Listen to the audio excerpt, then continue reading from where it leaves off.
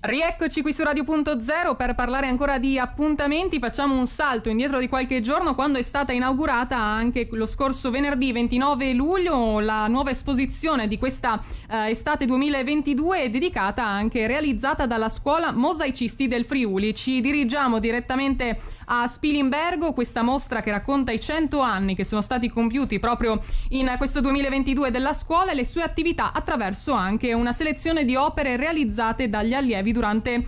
l'ultimo anno. La mostra sarà aperta al pubblico, è aperta al pubblico e lo sarà fino al 28 di agosto, insieme anche all'esposizione Pictor Imaginarius, dedicata a una parte dei tanti bozzetti e cartoni di mosaici conservati nell'archivio della scuola. Ma andiamo subito a sentire di più anche direttamente dai nostri ospiti, il presidente Stefano Lovison, ma anche della scuola appunto Mosaicisti del Friuli, insieme anche al sindaco di Spilimbergo Enrico Sarcinelli, l'europarlamentare Marco Dreosto e l'assessore regionale Stefano Zagna. Andiamo a sentire di più.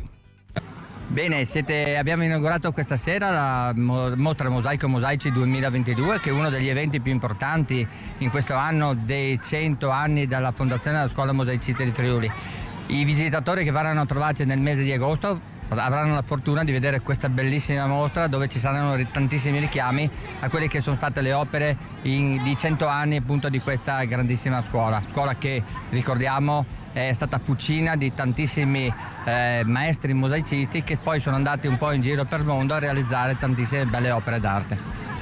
100 anni della Scuola Mosaicisti del Friuli, l'inaugurazione della mostra Mosaico e Mosaici, per quello che è un evento importantissimo per la città di Spilimbergo, ma per tutto il consorzio della Scuola Mosaicisti del Friuli e quindi per tutta la regione. Quest'anno abbiamo ospitato anche la convention dell'Ente Friuli nel mondo, in quella che è una metafora permanente. Ai tempi i nostri giovani studiavano nella scuola e poi si dirigevano all'estero per espletare il proprio lavoro e per far fortuna. Adesso dall'estero i giovani vengono alla Scuola Mosaicisti per imparare questa splendida arte, attività produttive, turismo, cultura, un mosaico composto da tessere d'eccellenza nella nostra Spilimbergo e nel nostro Friuli Venezia Giulia.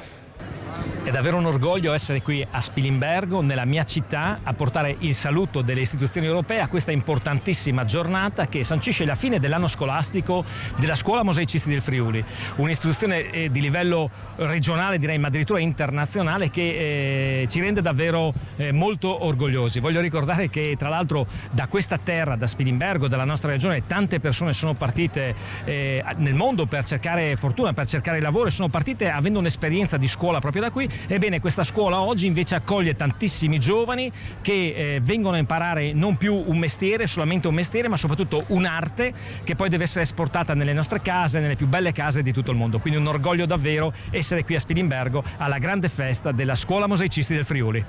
100 anni di Scuola Mosaicisti del Friuli, 100 anni di un'attività che è nata in un contesto storico e sociale profondamente diverso, ma ha saputo rinnovarsi mantenendo sempre quella capacità di dare formazione, di creare nuove figure professionali che hanno portato lustro al nome di Spilimbergo del Friuli Venezia Giulia in tutto il mondo. Un centro che oggi si sta rinnovando anche dal punto di vista strutturale per dare un'immagine magnifica della città di Spilimbergo, quando i visitatori, che ormai sono continui, arrivano a visitare questa scuola che non ha eguali. È un punto di riferimento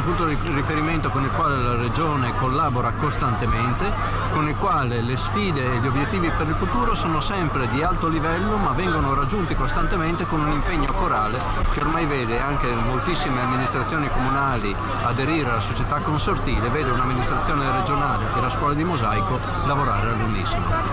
Grazie quindi ai nostri ospiti per essere stati con noi. Vi ricordo che Mosaico e Mosaici